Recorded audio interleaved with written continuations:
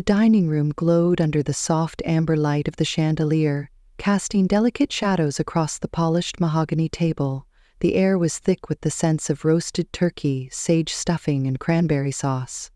A tableau of Thanksgiving perfection that belied the storm brewing beneath the surface.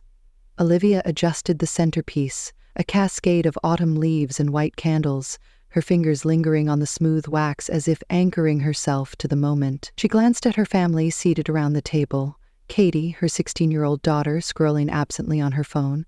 David, her 12-year-old son, poking at his mashed potatoes. And Ryan, her husband of 18 years, staring at his wine glass with an intensity that made her stomach twist. This was their tradition, their sacred evening where the chaos of life paused for gratitude and togetherness. Olivia had spent days preparing, not just the meal but the atmosphere, every detail curated to remind them all what they meant to each other. She smoothed her burgundy dress, took a steadying breath, and raised her glass. "To family," she said, her voice warm but edged with the effort of holding everything together. "To us." Glasses clinked, but Ryan's was slow to meet the others.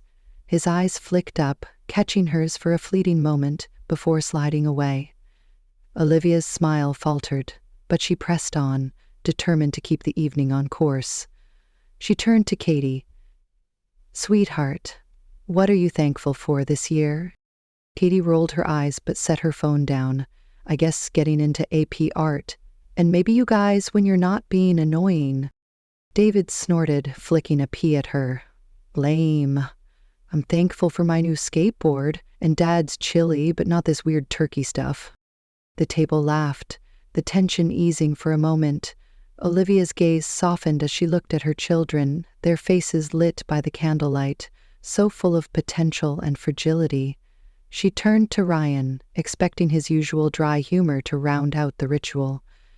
But he didn't smile, he didn't speak, he just sat there, his fingers drumming lightly on the table, a rhythm that seemed to pulse with something unspoken. "Ryan?" she prompted, her voice quieter now, a thread of unease weaving through it. He exhaled sharply, as if he'd been holding his breath all evening. Then he stood, his chair scraping against the hardwood floor. The sound cut through the warmth of the room like a blade. All eyes turned to him. Katie's curious, David's confused, Olivia's wary. Ryan cleared his throat, his posture stiff, his jaw set in a way that Olivia hadn't seen in years, not since the early days when they'd fought over dreams that no longer fit.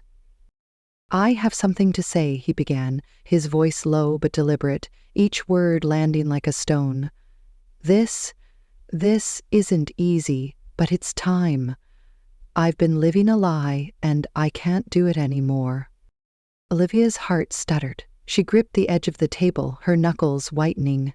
The room seemed to shrink, the walls pressing in as Ryan's gaze swept over them, lingering not on her but on some invisible point beyond.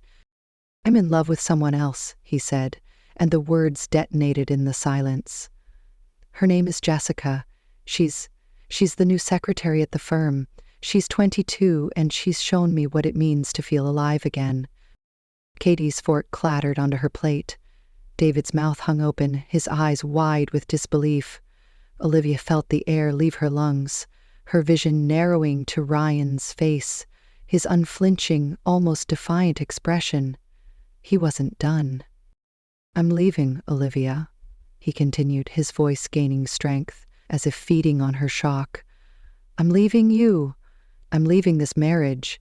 I want a life that's honest, that's mine, and I want it with her." The room was a vacuum, every sound swallowed by the weight of his confession. Olivia's mind raced, grasping for something to hold on to. Jessica. The name sliced through her, conjuring an image of the young woman she'd met briefly at Ryan's office, bright-eyed, poised, with a smile that had seemed harmless at the time. 22, barely older than their daughter. Katie's voice broke the silence, sharp and trembling. "Dad, what the hell? You're joking, right?" Ryan turned to her, his face softening for a moment, but only a moment. "I'm sorry, Katie. I know this is hard, but I can't keep pretending.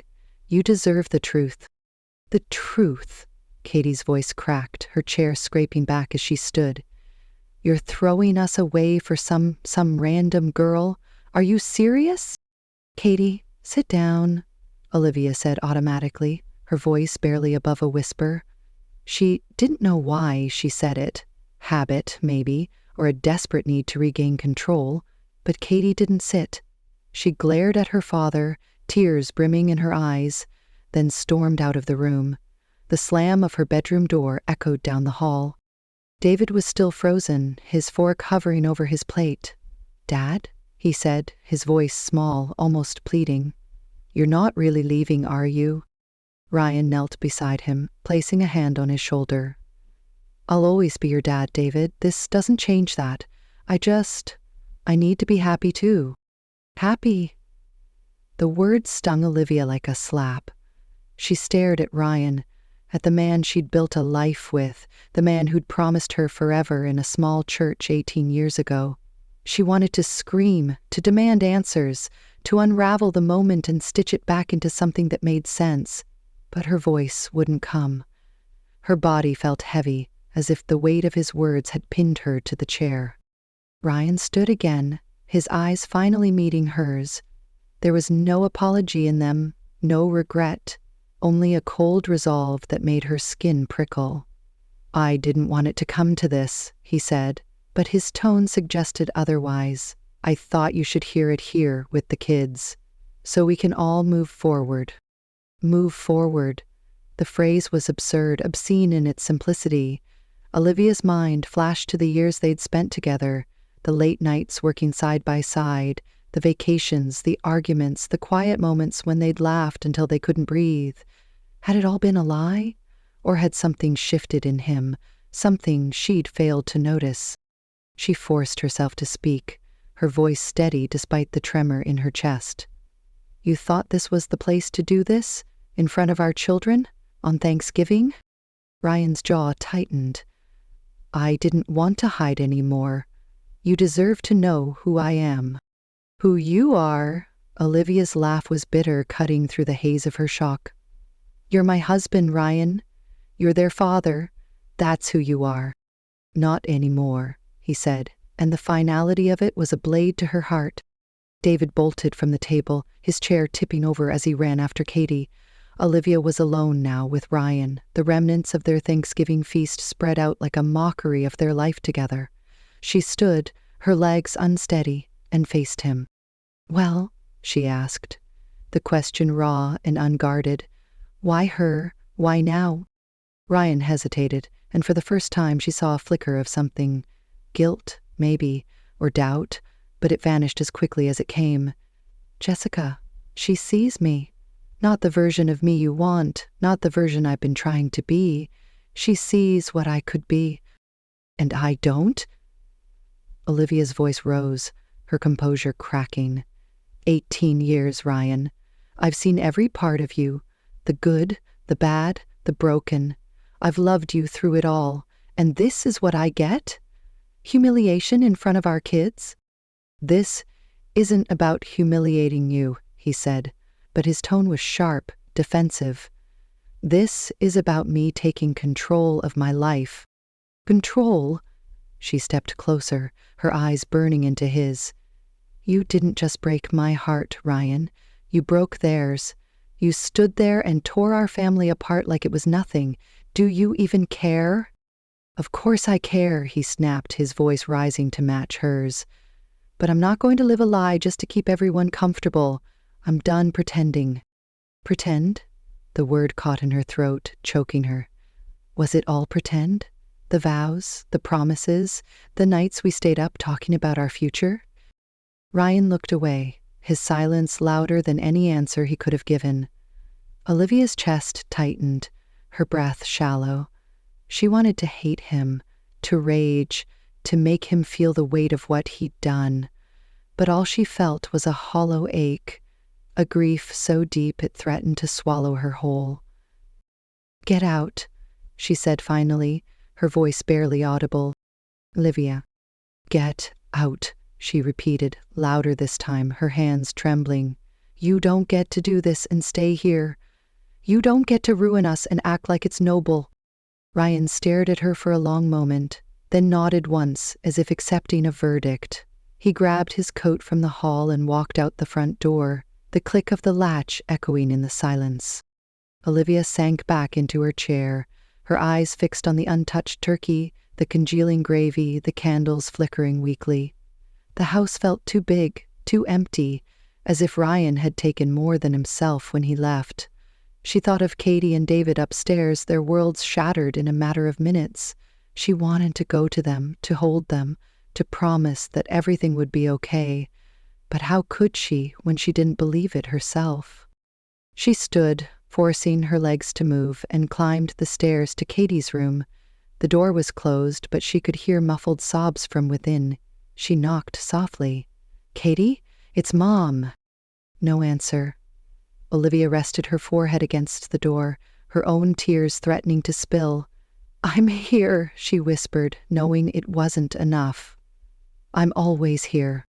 She moved to David's room next, finding him curled up on his bed, staring at the wall.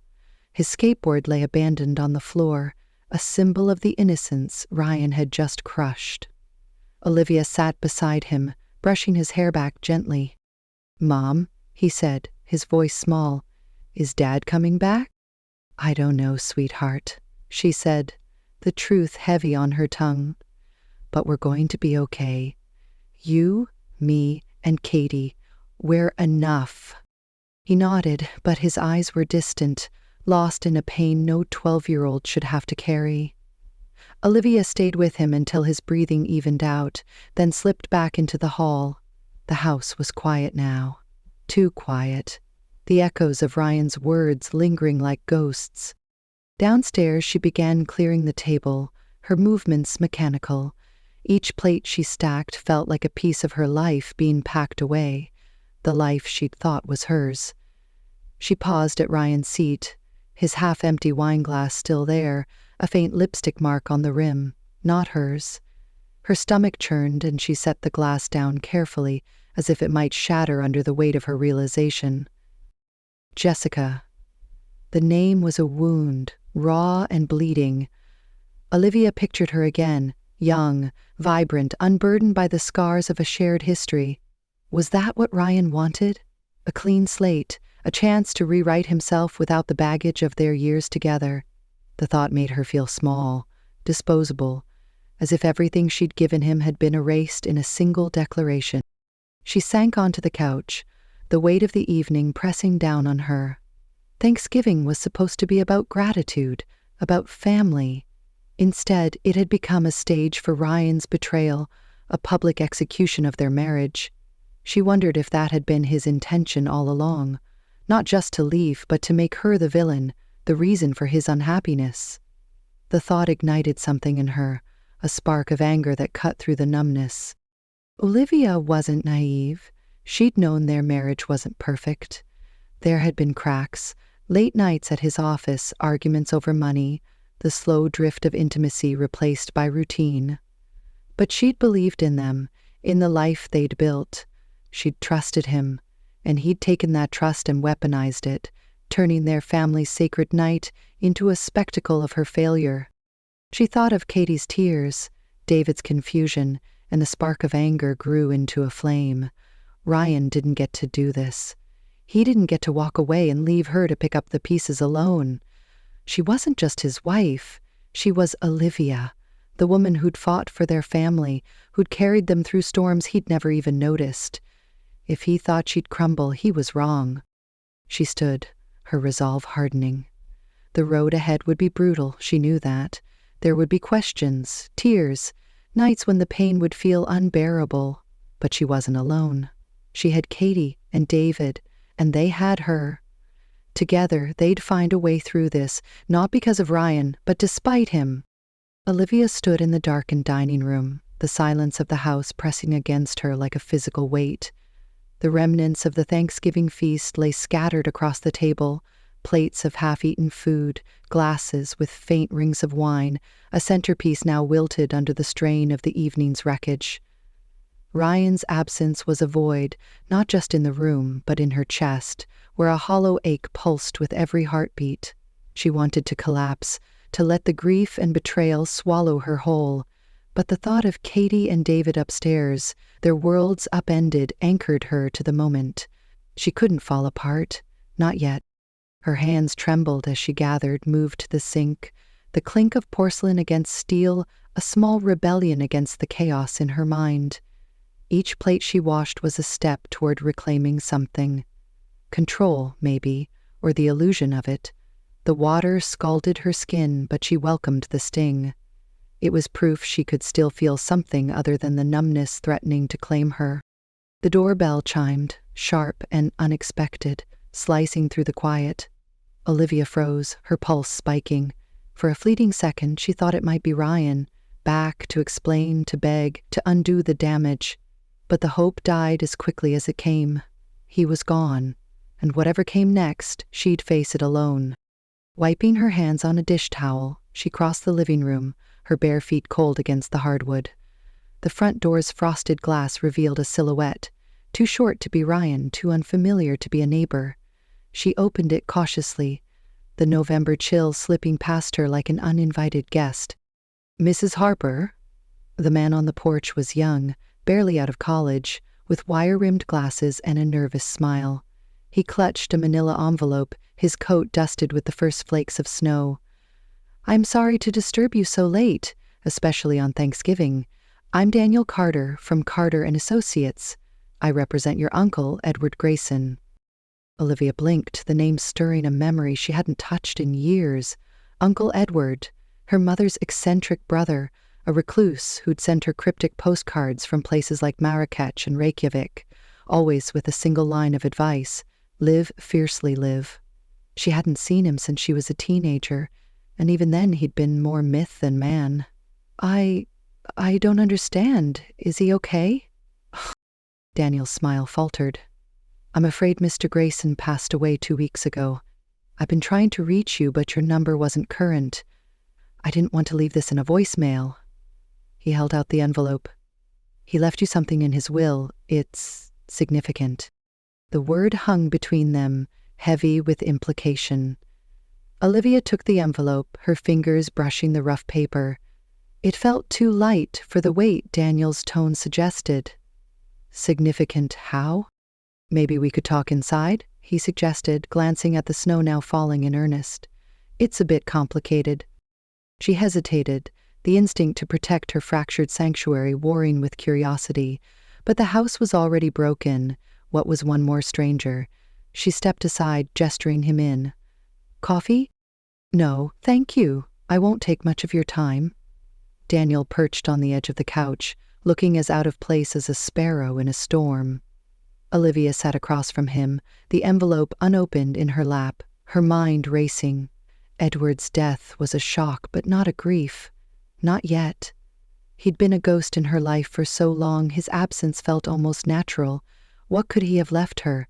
Money?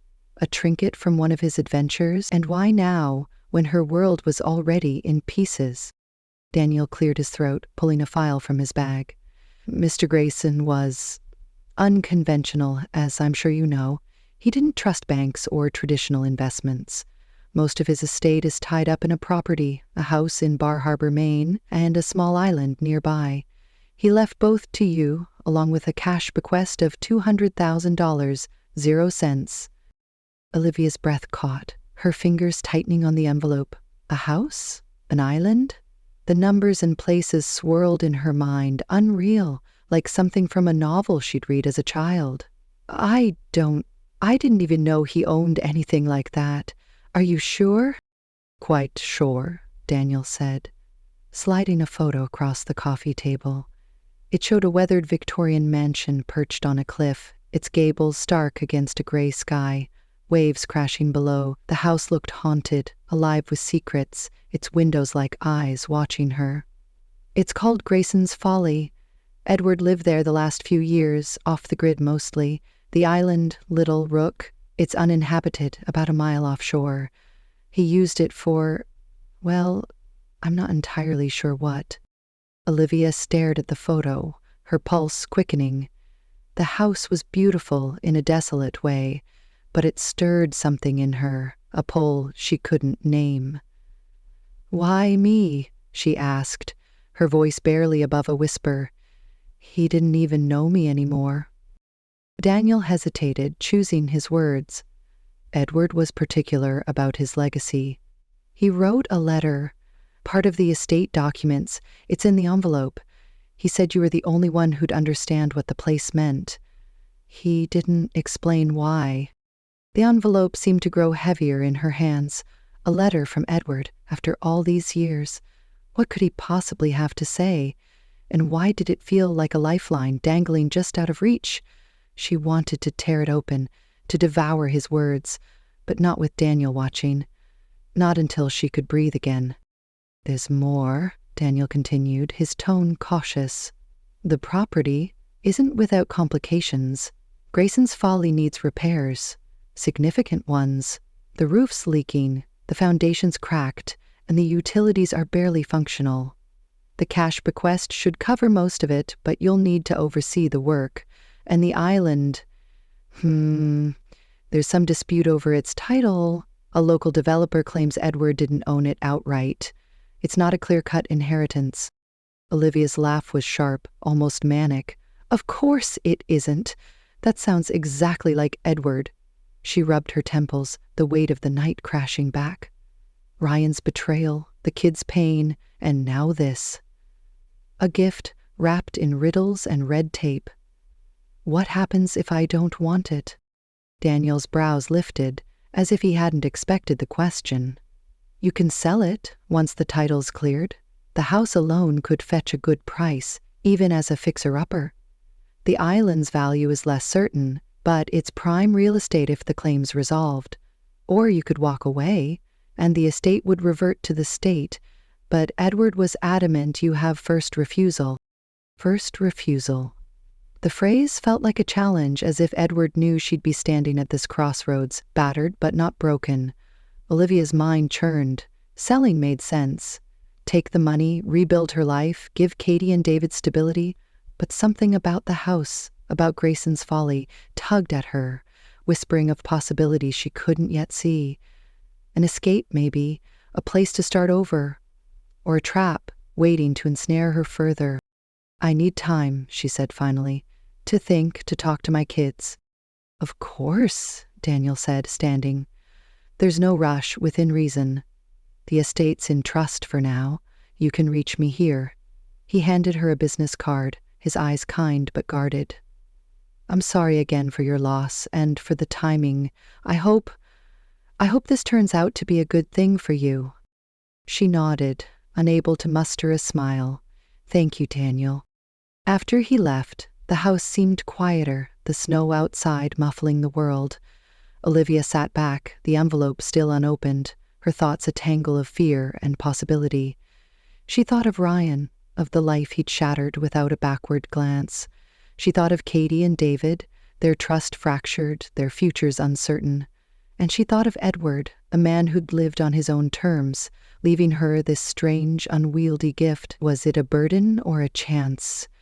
She didn't know, but for the first time that night, she felt a flicker of something. Anger, yes, but also resolve. She wasn't done yet. She rose, moving to the kitchen where her phone sat on the counter. The screen glowed with a missed call from her sister Lauren, probably checking in on the holiday. Olivia ignored it for now, her fingers hovering over the envelope instead. She slid it open, pulling out a single sheet of paper, Edward's handwriting jagged but unmistakable. "Liv," it began.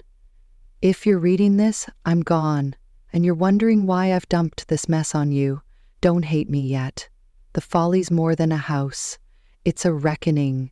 You'll see what I mean when you get there. Take the kids, leave the baggage. You're stronger than you know. Live fiercely, like I told you. E." The words hit her like a current, pulling her under and buoying her up all at once. A reckoning. What did he mean?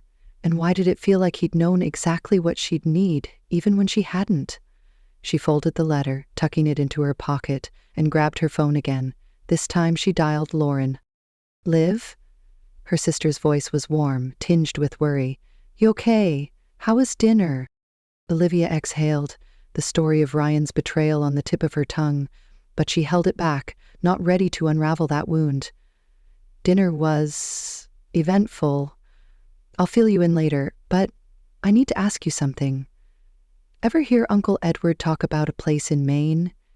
Grayson's Folly? A pause, then Lauren's voice sharpened. The creepy house on the cliff. Yeah, he mentioned it once. Said it was his sanctuary or something. Why? He left it to me, Olivia said, the words surreal even as she spoke them.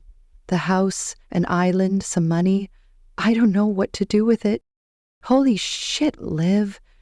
Lauren's laugh was half disbelief, half awe. That's... wow. What are you going to do? I don't know, Olivia admitted, her eyes drifting to the photo still on the table.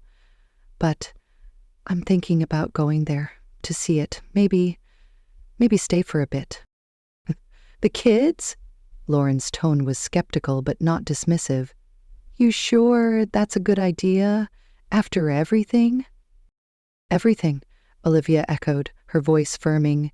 They need something new, Lauren. So do I. I'm not running away. I'm running towards something. I just don't know what yet. They talked longer, Lauren offering support, questions, a promise to visit if Olivia went through with it. By the time they hung up, the snow had thickened outside, blanketing the world in white. Olivia felt lighter, not healed, but hopeful, as if Edward's letter had cracked open a door she hadn't known was there. She climbed the stairs, checking on David first. He was asleep, his face peaceful despite the storm in his heart. Katie's door was still closed, but a sliver of light shone beneath it.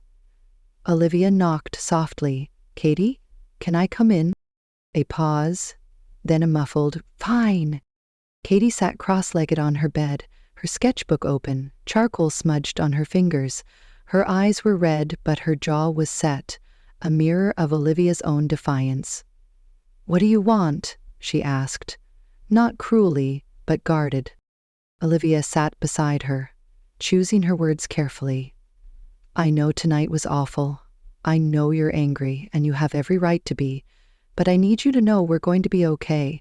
You, me, David, we're a team, all right? Katie snorted, but it lacked venom. Some teen dad he just left, like we don't matter. You matter, Olivia said fiercely, taking her hand. You and David are everything to me, and I'm not going to let what he did define us. I have an idea.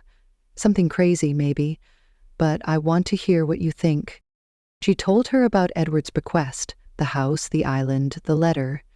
Katie listened, her expression shifting from skepticism to intrigue, her artist's soul catching on the image of a cliffside mansion, a place untouched by their father's shadow. You want to move there? She asked, testing the idea. Not move, not yet, Olivia said. Visit, see what it's like. If it's a disaster, we come back. If it's something else, we figure it out together. What do you say? Katie chewed her lip, a habit from childhood that tugged at Olivia's heart. David's gonna hate it, no skate park. Olivia laughed, the sound surprising her. He'll survive. What about you? I don't know, Katie admitted, but her eyes gleamed with something new. Curiosity, maybe, or defiance. It sounds weird, but maybe weird's good right now. They talked a while longer, not solving anything, but stitching something back together, thread by thread. When Katie finally yawned, Olivia kissed her forehead and slipped out, leaving the door cracked. Back in her own room, Olivia pulled out Edward's letter again, rereading it by the light of her bedside lamp. A reckoning. The phrase echoed in her mind, both warning and promise. She thought of Ryan, of the life he'd discarded, and felt a surge of determination. He'd made his choice. Now she'd make hers. She opened her laptop, searching for Bar Harbor, for Grayson's Folly, for anything that might ground this surreal turn. The internet offered scraps, old listings, a blurry satellite image of Little Rook, a forum post calling the house cursed. Nothing concrete, but enough to fuel her imagination. The disputes Daniel mentioned worried her, but they weren't insurmountable. Not yet. She jotted notes, her handwriting messy but purposeful. Contact Daniel, get repair estimates, talk to kids' schools, check flights. The list grew, each item a brick in the foundation of something new. She didn't know if Grayson's folly would save her or break her further, but she was done standing still. As dawn crept through the curtains, painting the room in shades of gray, Olivia felt a shift inside her. The pain of Ryan's betrayal hadn't faded, but it wasn't the only thing defining her anymore. Edward had given her a chance. Not just a house, but a question. What are you capable of, Liv? She didn't have the answer yet, but she was ready to find it. She closed her laptop, her eyes drifting to the photo of Grayson Mayue. The first light of dawn crept through the curtains, casting a pale glow across Olivia's bedroom, where she sat hunched over her laptop, Edward's letter folded beside her like a talisman. The words she'd read hours ago, live fiercely, live, burned in her mind, a spark that refused to dim despite the ache in her chest. Grayson's folly loomed in her imagination, its weathered gables and restless waves a siren call to something she couldn't yet name. She'd spent the night mapping out her next steps, each keystroke a rebellion against the wreckage Ryan had left behind. Flights to Maine were booked for next week, a tentative bridge to a future she couldn't predict. But as the house stirred, David's footsteps padding to the bathroom, Katie's music leaking through her door, Olivia felt a new weight settle over her, not of despair, but of possibility. Her phone buzzed, shattering the quiet. Daniel Carter's name flashed on the screen, and she answered, her voice steadier than she felt. "Daniel? It's early." "I know, I'm sorry," he said, his tone clipped with urgency. "I didn't want to wait. There's more to Edward's estate than I could cover last night. Can we meet today? It's important." Olivia's pulse quickened, her fingers tightening around the phone.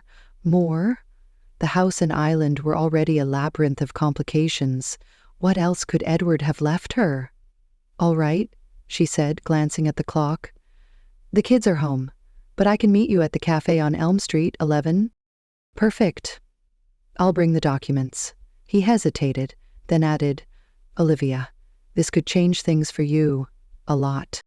The call ended, leaving her adrift in a sea of questions. Change things. The phrase echoed Edward's letter, a promise or a warning she couldn't decipher. She rose, slipping the letter into her pocket, its edges worn from her touch. Downstairs, she started coffee, the ritual grounding her as she braced for whatever Daniel had to reveal. The kids would need breakfast, explanations, a semblance of normalcy, but her mind was already racing, chasing shadows cast by a man who'd always lived half in myth. By 11, the cafe was a hum of clinking mugs and murmured conversations, its warmth a stark contrast to the snow-dusted streets outside. Olivia sat at a corner table, her hands wrapped around a latte when Daniel arrived, his coat flecked with frost. He carried a leather satchel, its bulk suggesting more than a simple update. He slid into the seat across from her, his eyes searching hers with a mix of sympathy and caution. "Thanks for meeting me," he said, pulling out a thick folder. "I'll get to the point. Edward's estate is extensive. Beyond the house and island, he left you a portfolio of commercial properties, 3 office buildings in Boston, a retail strip in Portland, and a warehouse leased to a tech firm. There's also a diversified investment fund, stocks, bonds, some private equity. Current valuation after taxes and debts is around $12 million. "Zero," said. Olivia's breath caught, the numbers unreal, like stars too distant to grasp. 12 million? Her voice was a whisper, as if speaking louder might shatter the moment. She pictured Edward, his wild hair and cryptic smile, hoarding wealth like a dragon in a cave. Why hadn't he told her? Why now, when her world was a house of cards? "That's not all," Daniel continued, sliding a document toward her. "There's a charitable trust, funded with another $3 million, 0 cents, focused on literacy programs for underserved kids. Edward named you as the executor. You'd oversee grants, partnerships, the whole operation. He was clear. The trust is yours to shape, but it's separate from the rest." Olivia's mind reeled, the latte forgotten. Properties? Investments? A trust? It was a fortune, a legacy, a responsibility she hadn't asked for. Separate how? She asked, her voice steady despite the storm inside. Daniel leaned forward, his tone deliberate. Edward was meticulous. He structured the estate to be legally distinct from your marital assets. It's protected, untouchable by anyone else, including your husband. He wanted you to have independence, Olivia, absolute control. The word independence landed like a stone in still water, rippling through her. Independence. Not just financial, but existential. A lifeline thrown across the chasm Ryan had carved. She thought of the years she'd poured into their marriage, balancing his ambitions with her own quiet dreams, always compromising, always adapting. Edward, in his strange, prescient way, had seen it. He'd given her wings, forged in iron to rise above the ashes.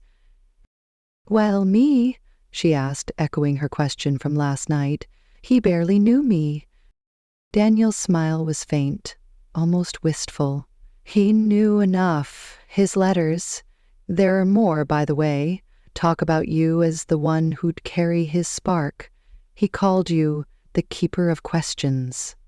Said you'd know what to do when the time came." The keeper of questions. The phrase was a riddle, a mirror reflecting her own uncertainty. She wanted to laugh, to cry, to scream at Edward for his faith in her when she felt so unmoored. But beneath the chaos, a clarity was forming, sharp as a blade. This wasn't just wealth, it was power. Power to rebuild, to protect her children, to redefine herself beyond the shadow of Ryan's betrayal. She thanked Daniel, promising to review the documents, and left the cafe in a daze. The snow had stopped, leaving the world crisp and brittle, like her own resolve. As she drove home, her thoughts churned, weaving Edward's gift with the raw wound of last night. Ryan's face flashed in her mind, his cold certainty, his words like arrows aimed at her heart. "I'm leaving. I'm in love with Jessica." The memory stung, but it no longer paralyzed her. Edward's bequest was a shield, a sword, a map to a future she'd chart alone. At home, the house was quiet, the kids still cocooned in their rooms. Olivia set the documents on the kitchen counter, their weight a silent promise. She was about to call Lauren to share the surreal twist when the front door opened. Her heart lurched, expecting Ryan, and it was him, taller than she remembered, his coat rumpled, his eyes shadowed with something she couldn't read. "Olivia," he said, his voice low, almost cautious, "we need to talk." The air thickened, charged with the ghosts of last night's wreckage. She straightened, her spine steel, Edward's letter a quiet fire in her pocket. "You said plenty yesterday," she replied, her tone even but edged. "What's left?" He stepped closer, his hands raised as if to placate her. "I didn't want it to go like that. I was trying to be honest, but you're making this harder than it needs to be." Her laugh was sharp, a shard of glass. "I'm making it harder? You stood there, Ryan, in front of our kids and announced, 'You're trading us for a 22-year-old. You don't get to rewrite that.'" His jaw tightened, a flicker of the old Ryan, charming, defensive, surfacing. "You don't get it, do you? This isn't just about Jessica. It's about us. You've been stuck, Olivia, chasing routines, playing the perfect mom, the perfect wife. You're boring. You've made our life boring. I needed more." The words were a slap, deliberate and cruel, each one crafted to burrow under her skin. Boring. The accusation echoed through the years. Every sacrifice, every choice to prioritize their family over her own desires, now twisted into a flaw. She saw it then, the strategy behind his cruelty, to diminish her, to make her the architect of their failure so he could walk away, absolved. Her hands clenched, but she didn't flinch. "You think blaming me makes this easier?" she said, her voice low, a storm gathering. "You think calling me boring erases what you've done? You cheated, Ryan. You lied. You humiliated me in front of our children. And now you're here. What? Expecting me to agree with you? I'm not the villain here, he snapped, his composure cracking. I tried, Olivia. I stayed for years, going through the motions. But Jessica? She sees me. She makes me feel alive. You never did that. Not really. The lie was a blade, but it didn't cut as deeply as he'd hoped. Olivia felt Edward's letter against her thigh, a reminder of her own spark, one Ryan had never understood. She stepped closer, her eyes locked on his, her voice a quiet flame. You're wrong. I saw you. Every flaw, every dream, every moment you doubted yourself. I loved you through it all. And you? You threw it away because you're too weak to face yourself without someone new to mirror you. His face twisted, anger flaring, but she saw the flicker of shame beneath it. He opened his mouth, then closed it as if her words had stolen his script. For a moment they stood there, two strangers in the wreckage of their shared history, the air heavy with unspoken truths.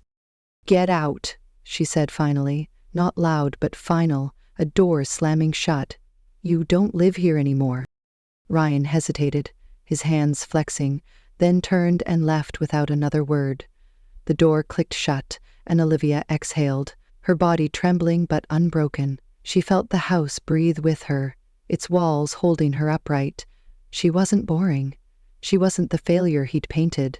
She was Olivia, keeper of questions, heir to a reckoning, and she was just beginning. She moved to the counter, opening Daniel's folder, her eyes scanning the details of Edward's empire. Lisa's dividends, the trust's mission. It was daunting, a world she'd never navigated, but it was hers, protected, as Daniel said, from Ryan's reach. The realization was a quiet triumph, a seed planted in the ashes of her marriage. She could sell the properties, bank the wealth, play it safe, or she could step into Edward's shoes, wield his legacy, shape it into something that mattered. The choice was hers alone. She thought of Katie and David, their futures now tethered to this unexpected windfall. They deserved more than a broken home, more than their father's shadow. She'd take them to Maine, to Grayson's Folly, not just to see the house, but to show them who they could be. The island, the trust, the investments, they were pieces of a puzzle, and she'd solve it, not for Edward or Ryan, but for herself. Her phone rang again, Lauren's name lighting up the screen. Olivia answered, her voice brighter than it had been in days. Hey, you won't believe what just happened.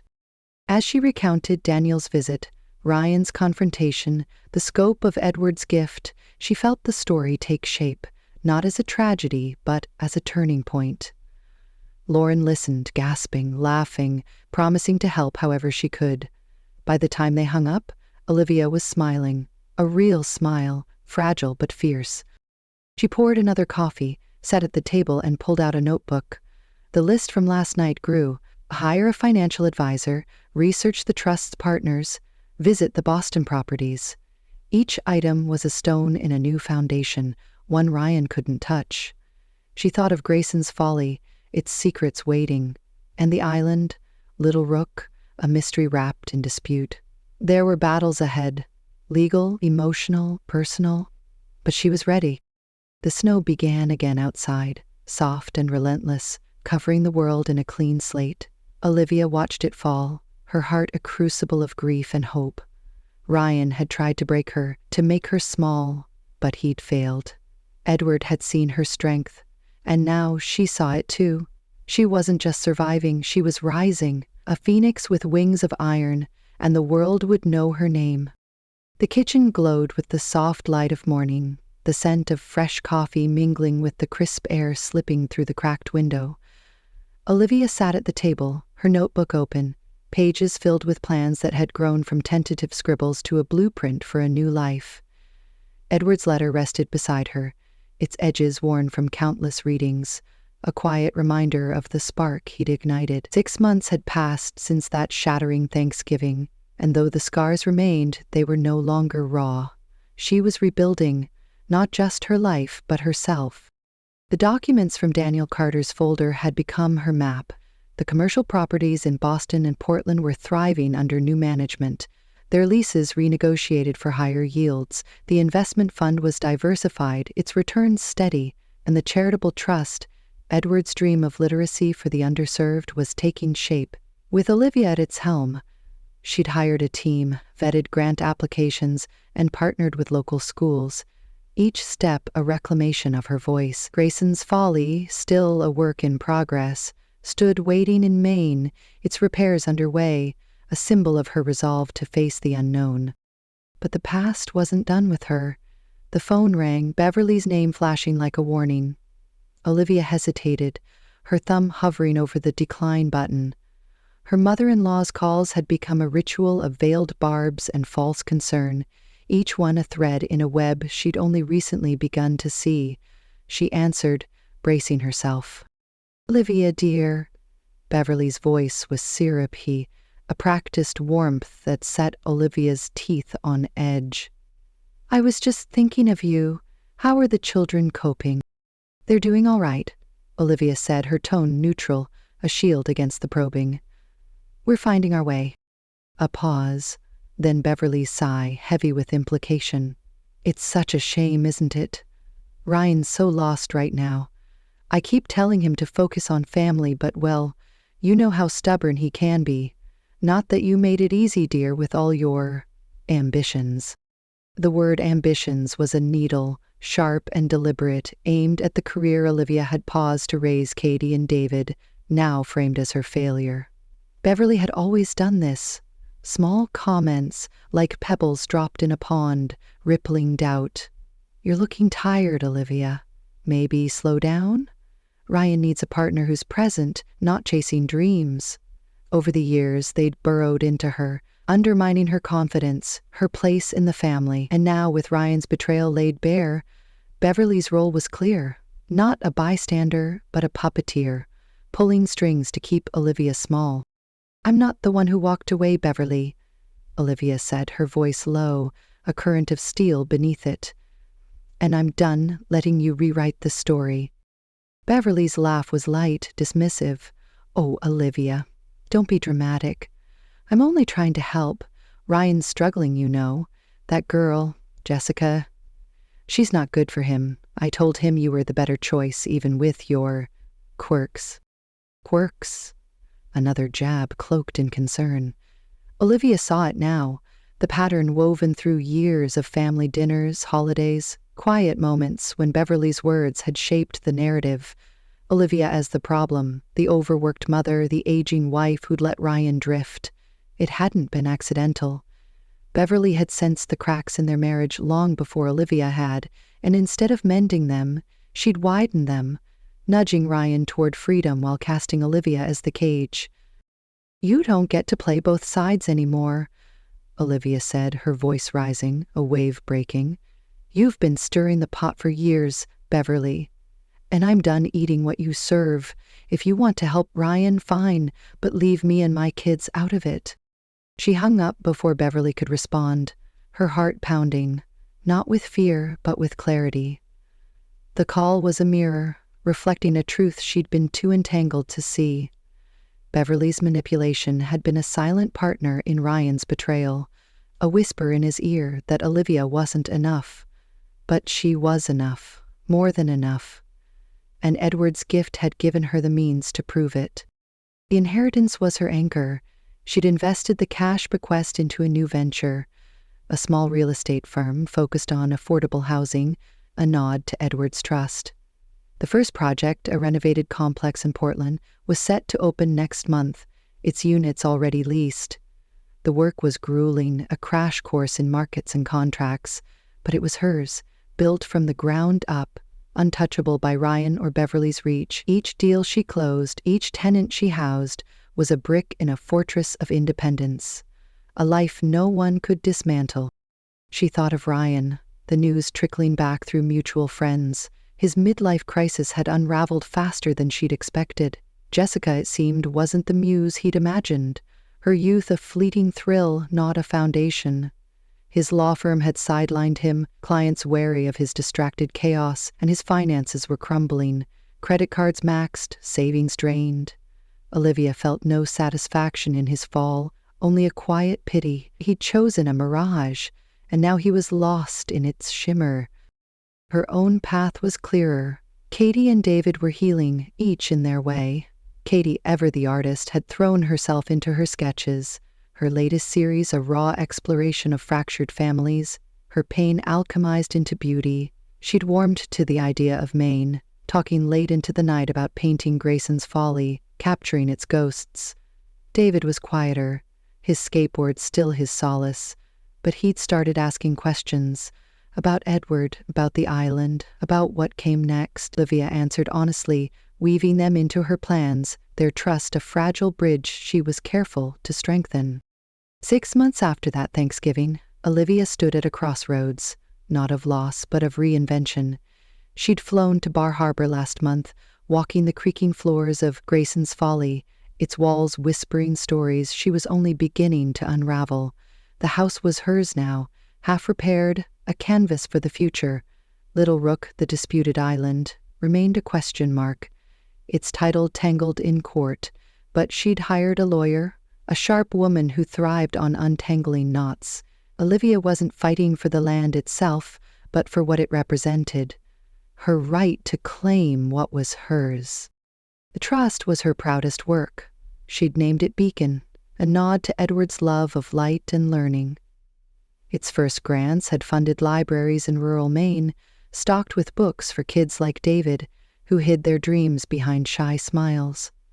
She'd spoken at a fundraiser last week, her voice steady as she shared Edward's vision, her own woven into it. The applause had startled her, a reminder that she was seen, not as Ryan's wife or Beverly's foil, but as Olivia Harper, a woman who built rather than broke. She sat now at the kitchen table, a new email from Daniel open on her laptop. The Boston properties had appreciated, he wrote, and a tech startup wanted to lease the warehouse long-term. She typed a quick reply, then opened another tab, checking flights to Maine. Summer was coming, and she'd promised Katie and David a trip to the Folly, a chance to explore its cliffs and secrets. They'd go as a family. Not the one Ryan had shattered, but the one she'd forged, stronger for its cracks. The doorbell rang, pulling her from her thoughts. She opened it to find Lauren, her sister's grin a burst of warmth against the April chill. "Surprise," Lauren said, holding up a bottle of wine. "Figured you could use a break from conquering the world." Olivia laughed, the sound lighter than it had been in months. "I'm not conquering anything, just figuring it out." "Bullshit," Lauren said, stepping inside. "You're a frickin' phoenix, Liv. Look at you. Properties, a charity, a haunted house. You're killing it." They settled on the couch, glasses clinking, and Olivia shared the latest. Beverly's call, the trust's progress, Ryan's unraveling. Lauren listened, her eyes fierce with pride, and when Olivia paused, she leaned forward. "You know what I love? You're not just surviving. You're rewriting the story. Not his version, not hers, yours." The words settled over Olivia like a mantle, heavy but warm. Rewriting the story. She thought of Thanksgiving, of Ryan's cold declaration, Beverly's subtle poison, the years she'd spent bending to fit their expectations. That story was done, its pages burned. The one she was writing now was messier, braver, alive with possibility. As Lauren left, promising a girls' trip to celebrate the Portland opening, Olivia returned to her notebook. She sketched a timeline: Maine in June, Beacon's next grant cycle, a meeting with the real estate team. Each line was a thread weaving a tapestry of her own design. She thought of Edward, his cryptic faith in her, and smiled. He had called her the keeper of questions, and she was answering them, one choice at a time. Outside, the world was waking, spring's green edging through the snow's retreat. Olivia closed her notebook, her eyes catching the photo of Grayson's Folly on the counter. It wasn't just a house. It was a beacon, like the trust, like her. She'd fallen, yes, but she'd risen not on Ryan's terms or Beverly's, but on her own. The future wasn't a promise, it was a challenge. And she was ready. She stood, stretching, and headed upstairs to check on the kids. Katie's music still played, softer now, a melody of hope. David's door was open, his skateboard propped against the wall, a sign he was ready to talk. Olivia paused, her hand on the railing, and took a breath. The story wasn't finished, but it was hers to tell, and she'd write it with fire.